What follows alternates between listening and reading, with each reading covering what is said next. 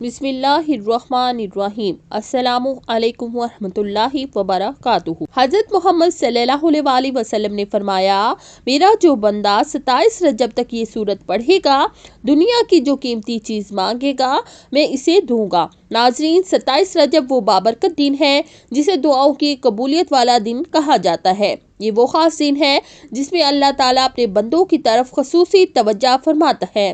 ناظرین، اگر 27 رجب سے پہلے آپ یہ عمل مکمل یقین اور اخلاص کے ساتھ کر لیتے ہیں اور قرآن پاک کی یہ مخصوص سورت پڑھ لیتے ہیں تو یہ اللہ تعالیٰ کا وعدہ ہے کہ دنیا کی جو بھی قیمتی چیز میرا بندہ مجھ سے مانگے گا میں اسے عطا کروں گا۔ ناظرین، آج کے دور میں ہماری ہر بہن اور ہر بھائی کے دل میں کوئی نہ کوئی خواہش ضرور ہوتی ہے۔ کوئی شادی کی پریشانی میں مبتلا ہے، کسی کو اولاد کی نعمت نہیں مل رہی، کوئی غریب اور تنگ دست ہے، کوئی قرض میں ڈوبا ہوا ہے، کوئی بیماری سے پریشان ہے۔ سچ یہ ہے کہ اس وقت کوئی بھی انسان ایسا نہیں جس کی زندگی میں کوئی مسئلہ نہ ہو۔ یہی مسائل ہمیں اللہ کے دربار تک لے کر جاتے ہیں۔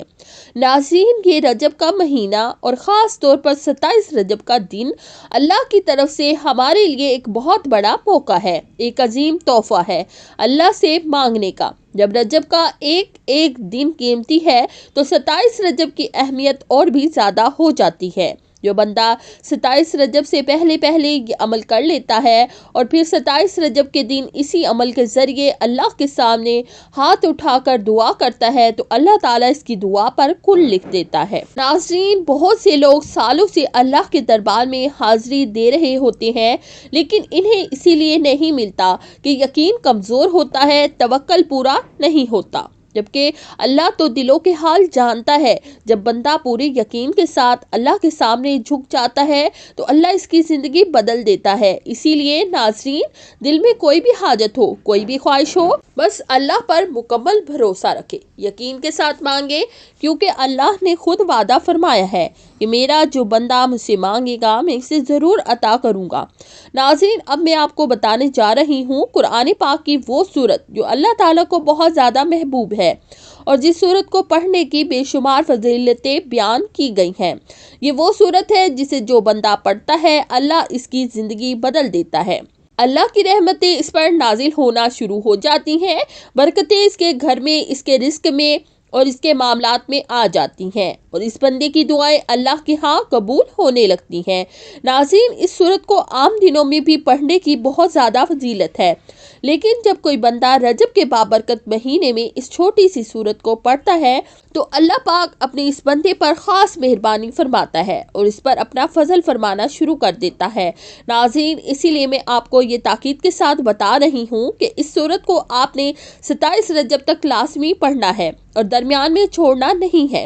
اگر آپ کو اپنے رب پر اور اپنے رب کے نبی صلی اللہ علیہ وسلم پر کامل یقین ہے تو اس سورت کو ضرور پڑھیں۔ اس سورت کی فضیلت اتنی زیادہ ہے کہ اگر میں بیان کرنا شروع کروں تو ویڈیو بہت لمبی ہو جائے۔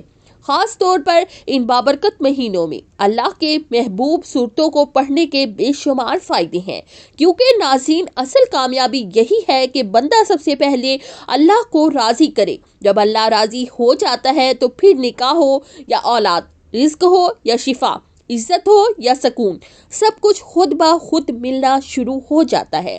تو ناظرین، قرآن کی یہ سورت سورہ فاتحہ ہے۔ چھوٹی سی سورت ہے لیکن قرآن کی سورتوں میں سب سے عظیم سورت ہے۔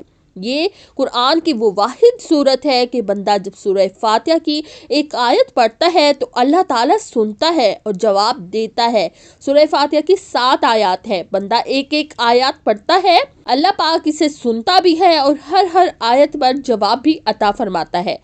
علامہ ابن رجب جنبلی رحمۃ اللہ علیہ فرماتے ہیں، یہ یعنی بندے کا سورہ فاتحہ پڑھتے جانا اور اللہ پاک کا جواب عنایت فرماتے جانا، یہ سورہ فاتحہ کی خاص فضیلت ہے جو اس کے علاوہ کسی صورت میں نہیں۔ حدیث پاک میں ہے، جس نے سورہ فاتحہ کی تلاوت کی وہ ایسے کی جیسے اس نے تورات، زبور، انجیل اور قرآن پاک یعنی چاروں بڑی آسمانی کتابوں کی تلاوت کی۔